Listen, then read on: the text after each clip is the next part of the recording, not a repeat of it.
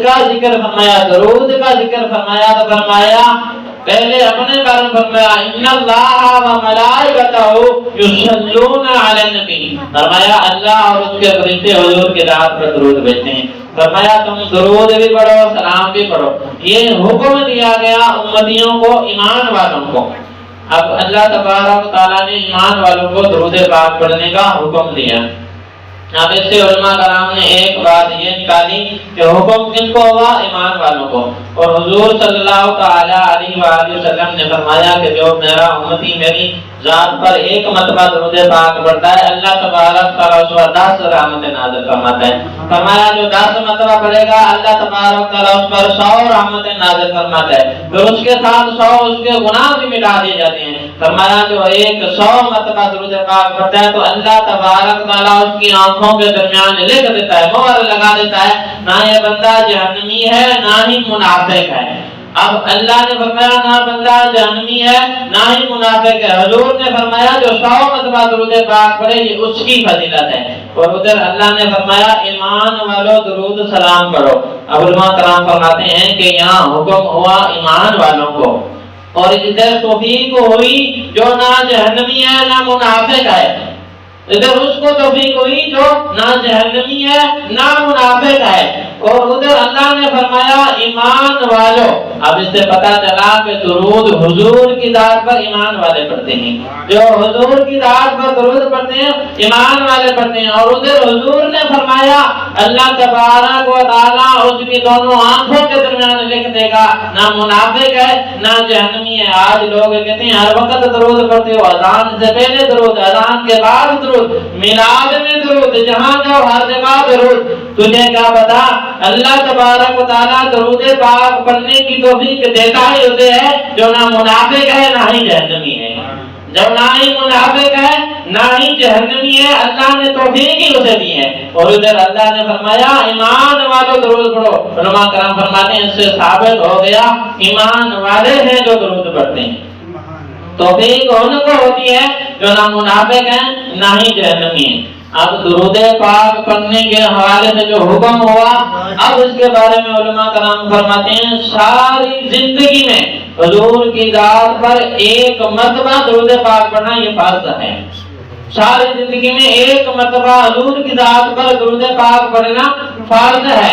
اور جس مجلس میں حضور صلی اللہ علیہ وسلم کا نام آئے، جس جگہ مجلس میں بیٹھیں، وہاں جب حضور صلی اللہ علیہ وسلم کا بار بار نام آئے تو وہاں حضور کی ذات پر درود پڑھنا واجب ہے۔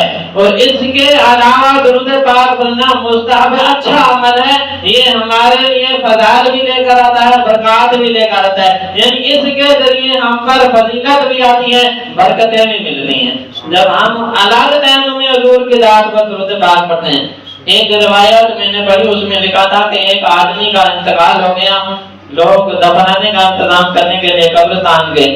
اب قبر کھودی، ادھر ایک سانپ آ گیا، جہاں دفنانے لگے وہاں سانپ آ گیا۔ آپ وہ ڈر کے گھبرا کے اس کو بند کر دیا، آپ دوسری قبر نکالے وہی سانپ ادھر آ گیا۔ اسی طرح تیسری میں پھر آخرکار اس سانپ کو اللہ نے بولنے کی توفیق دے دی۔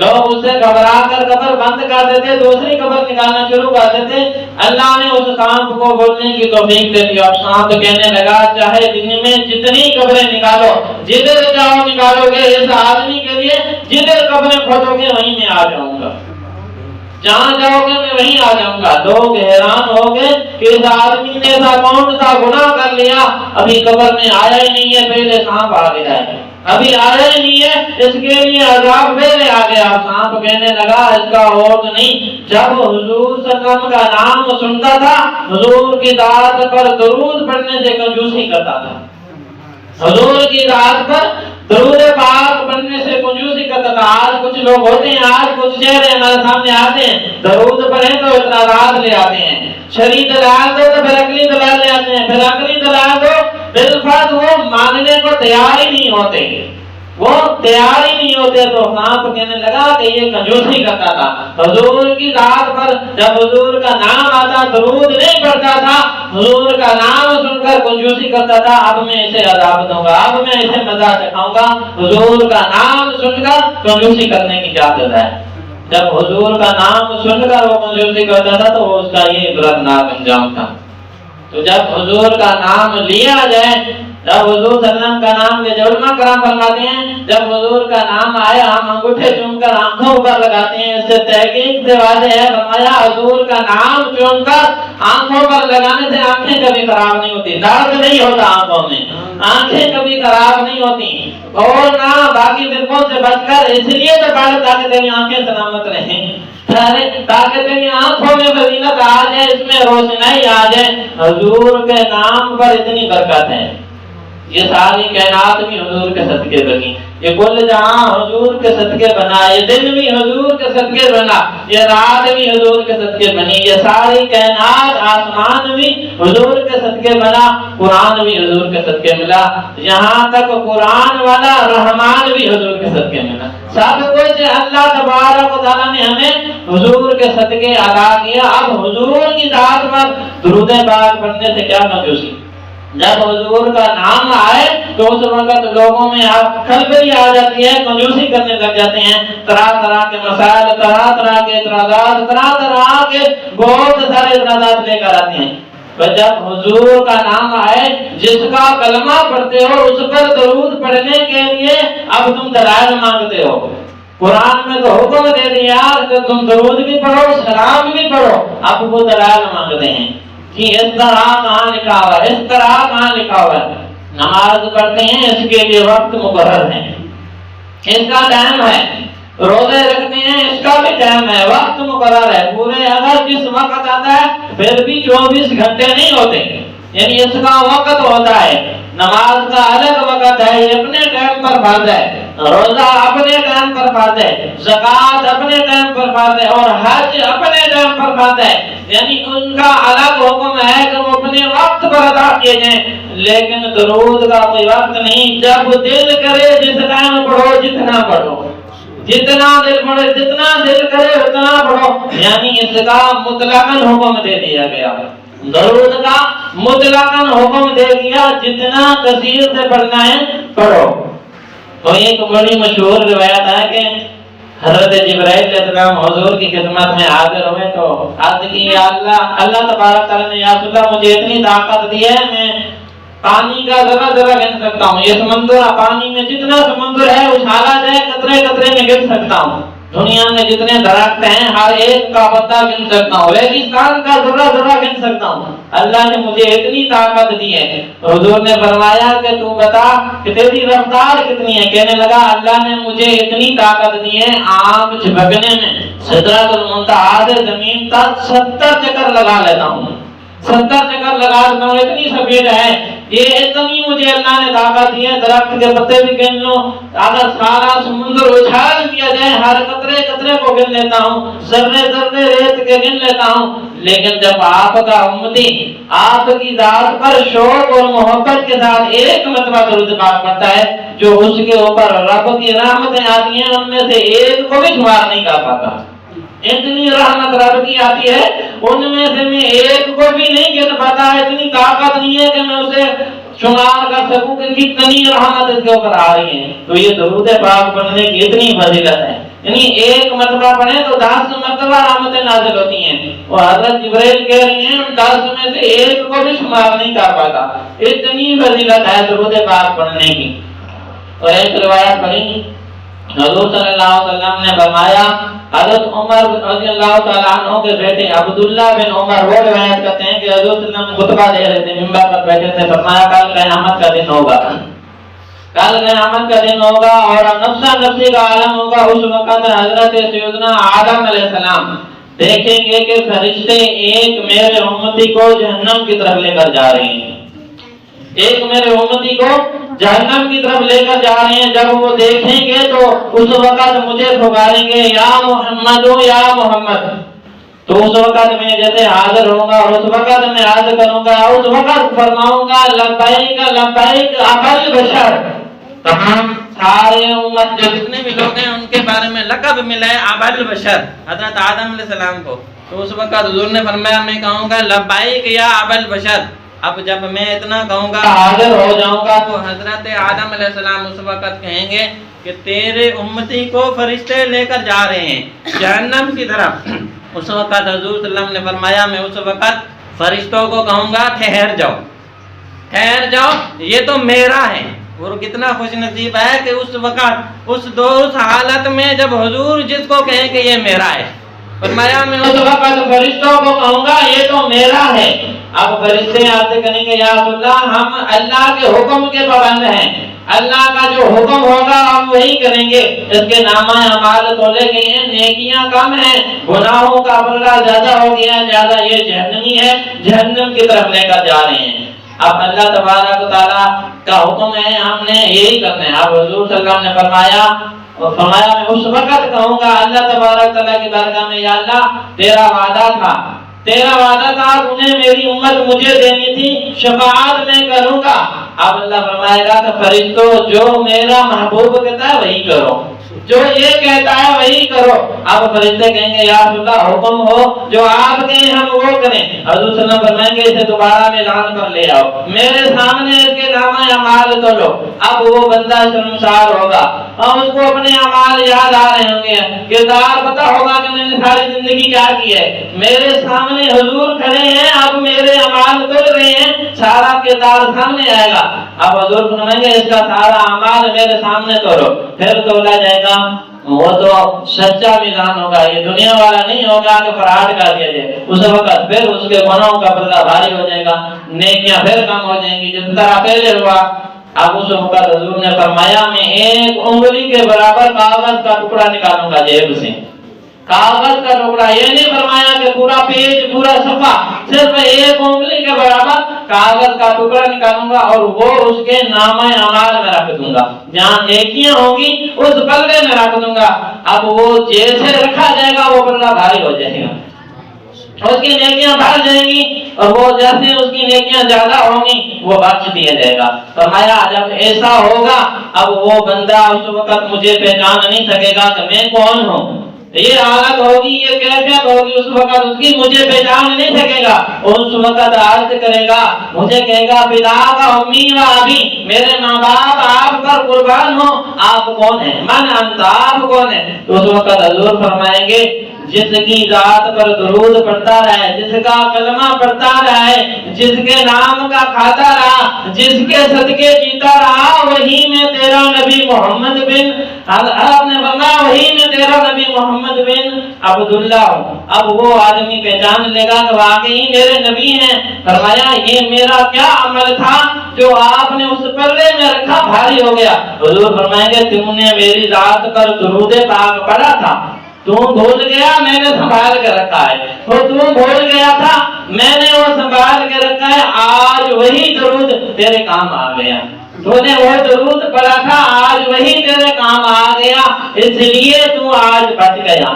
وہ ایک مرتبہ اس نے درود پاک پڑھا، جہنم کی طرف لے کر جا رہے تھے، بخش دیا گیا، جہنم کی طرف لے کر جا رہے تھے۔ اس وقت حضور نے فرمایا میرا امتی جس جگہ پر بھی ہو، تم جہاں بھی ہو، فرمایا میری ذات پر درود پڑھو، تمہارا درود مجھ تک پہنچتا ہے۔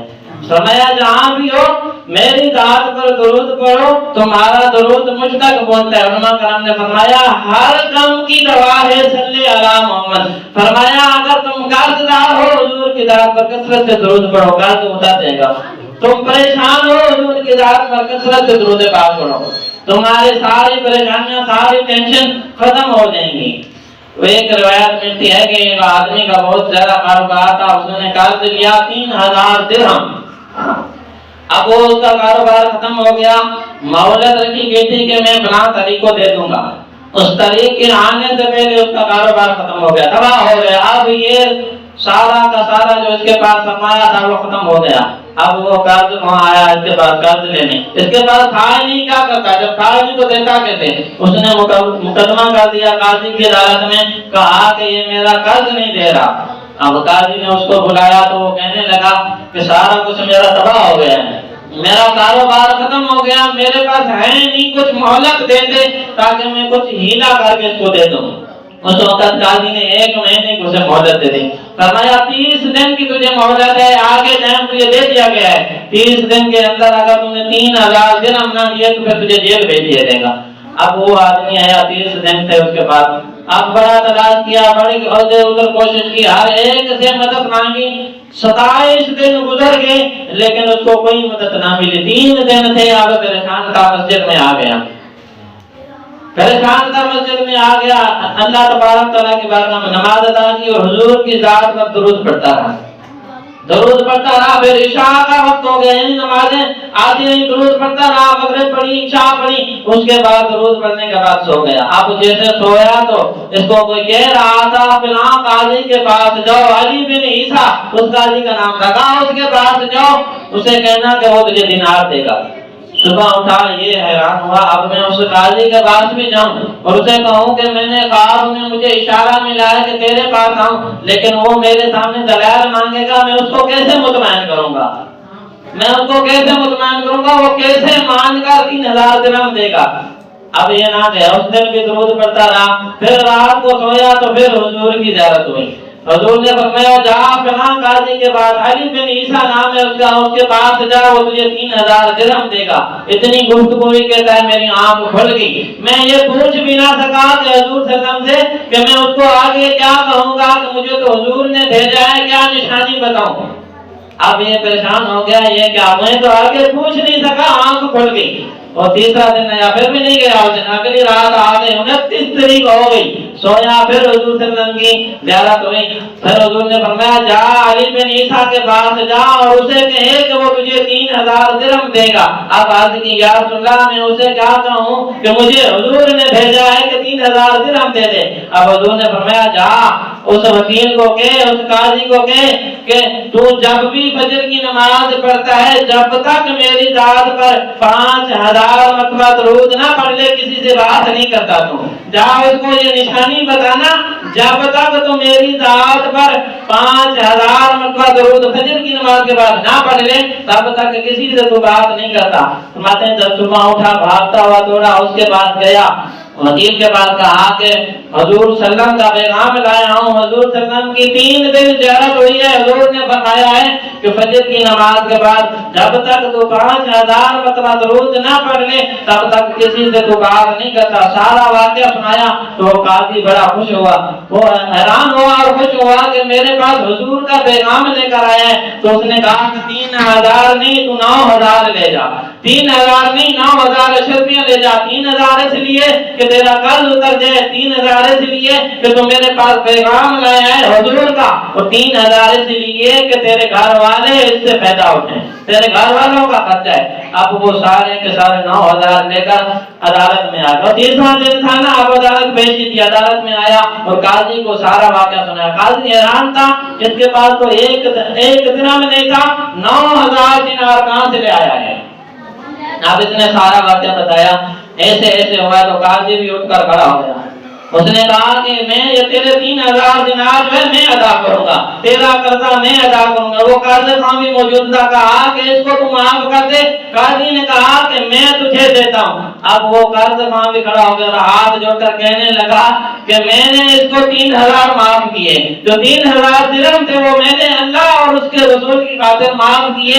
یہ حضور کا پیغام لایا ہے، حضور کی اس پر شفقت ہوئی ہے، کہیں ایسا ہو جائے کہ اس کے صدقے ہمارے بھی بچے جو ہو جائے۔ فرمایا میں نے 3000 درہم اس کو معاف کیے۔ اب وہ قاضی نے اس کو 3000 دیے، 9 ادھر وکیل نے دیے، 12000 لے کر واپس آیا۔ 1 دینار نہیں تھا اور 12000 دینار لے کر آیا۔ علماء کرام لکھتے ہیں کہ یہ فضیلت، یہ اس کو جو رتبہ ملا حضور کی ذات پر درود پڑھنے کا ملا، یہ جو رتبہ، یہ شان ملی حضور کی ذات پر درود و سلام پڑھنے کی برکت سے ملی۔ اللہ تبارک تعالی ہمیں بھی حضور کی ذات پر سچے دل سے محبت کے ساتھ درود پاک پڑھنے کی توفیق عطا فرمائے۔ ہمیں اٹھتے بیٹھتے ہر وقت کثرت کے ساتھ شوق اور محبت کے ساتھ حضور کی ذات پر درود پاک پڑھنے کی توفیق عطا فرمائے۔ بیان میں جو غلطیاں ہوئی اپنے فضل و کرم سے معاف فرمائے۔ وما علینا الا البلاغ المبین۔